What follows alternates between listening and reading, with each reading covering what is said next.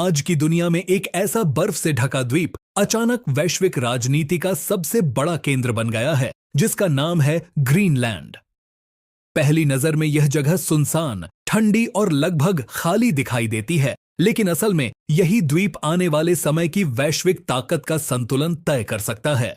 Greenland उत्तरी ध्रुव के पास स्थित एक विशाल द्वीप है, जो क्षेत्रफल के हिसाब से दुनिया का सबसे बड़ा द्वीप माना जाता है।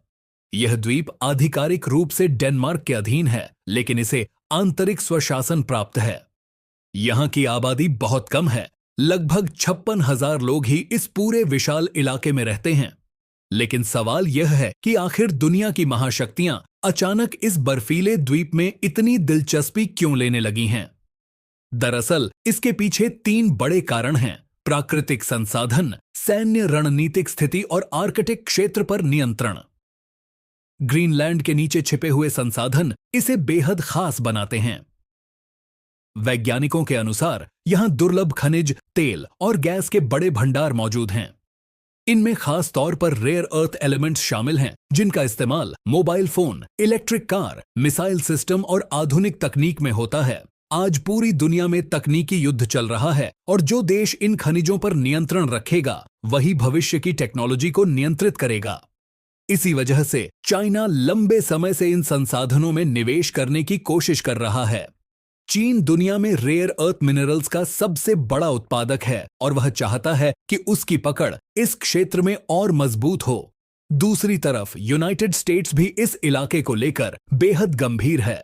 अमेरिका के लिए ग्रीनलैंड सिर्फ संसाधनों का मामला नहीं है, बल्कि यह उसकी राष्ट्रीय सुरक्षा से भी जुड़ा हुआ है।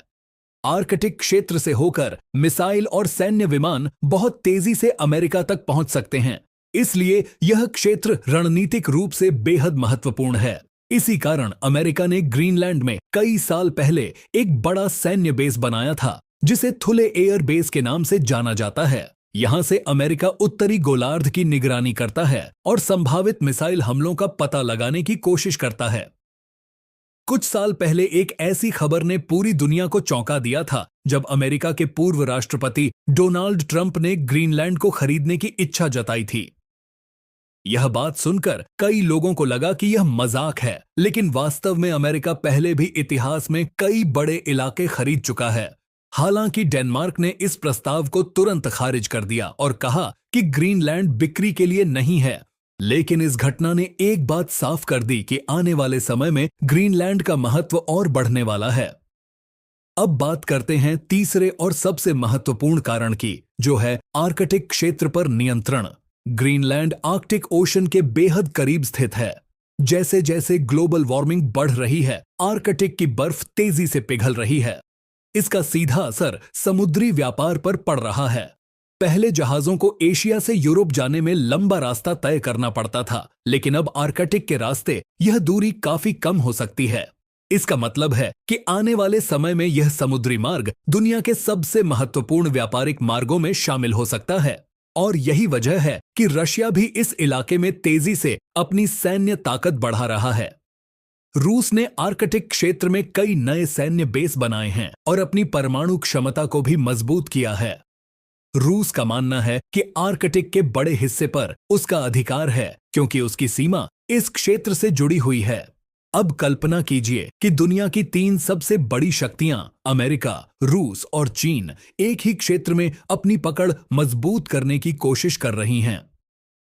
यही कारण है कि ग्रीनलैंड अब सिर्फ एक द्वीप नहीं, बल्कि वैश्विक राजनीति का नया युद्ध क्षेत्र बन गया है। लेकिन इस कहानी का एक और पहलू भी है, जो अक्सर चर्चा में नहीं आता। ग्रीनलैंड के स्थानीय लोग अपने भविष्य को लेकर चिंतित हैं। वे चाहते हैं कि उनके संसाधनों का उपयोग उनके विकास के लिए हो, न कि केवल बड़ी शक्तियों के हितों के लिए। ग्रीनलैंड में स्वतंत्रता को लेकर भी चर्चा बढ़ रही है। कुछ लोग चाहते हैं कि भविष्य में ग्रीनलैंड पूरी तरह स्वतंत्र देश बन जाए। लेकिन समस्या यह है कि ग्रीनलैंड की अर्थव्यवस्था अभी काफी हद तक डेनमार्क पर निर्भर है। हर साल डेनमार्क यहां आर्थिक सहायता देता है, जिससे शिक्षा, स्वास्थ्य और बुनियादी सुविधाएं चलती हैं। यदि ग्रीनलैंड स्वतंत्र होता है, तो उसे अपने संसाधनों का तेजी से विकास करना होगा। यही वजह है कि कई विदेशी कंपनियां यहां खनन परियोजनाओं में निवेश करना चाहती हैं। लेकिन पर्यावरण को लेकर भी गंभीर चिंताएं हैं। आर्कटिक क्षेत्र बेहद संवेदनशील है और यहां बड़े पैमाने पर खनन या तेल उत्पादन से पर्यावरण को भारी नुकसान हो सकता है।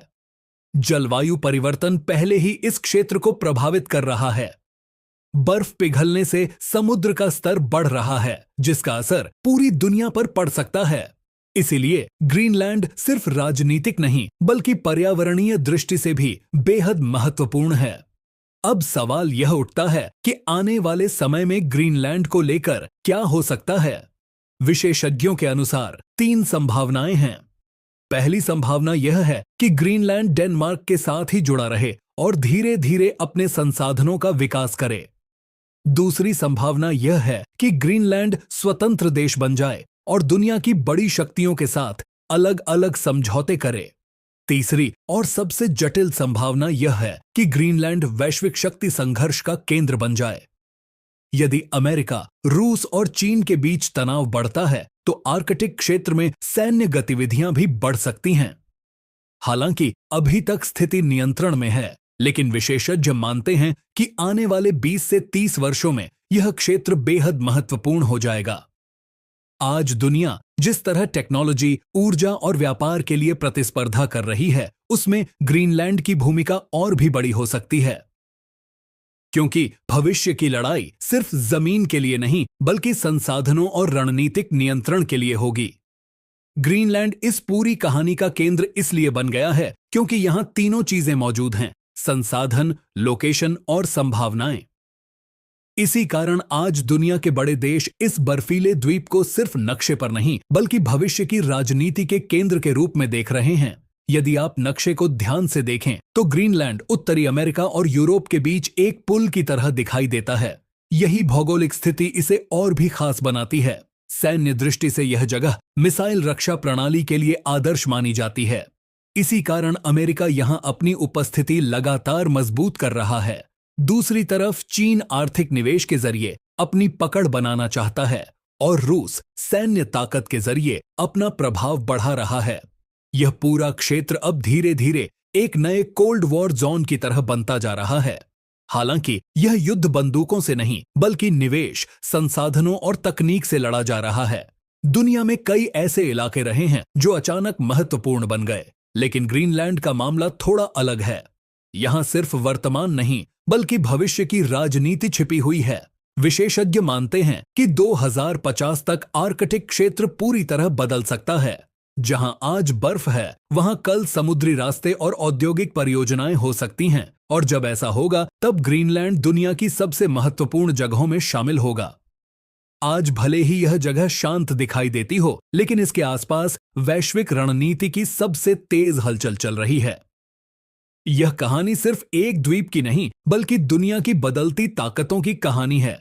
ग्रीनलैंड हमें यह भी दिखाता है कि आने वाले समय में भूगोल ही राजनीति को तय करेगा।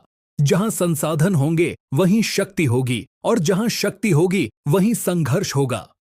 इसीलिए आज पूरी दुनिया की नजर इस बर्फीले द्वीप पर टिकी हुई है, क्योंकि ग्रीनलैंड सिर्फ बर्फ नहीं है, यह भविष्य है।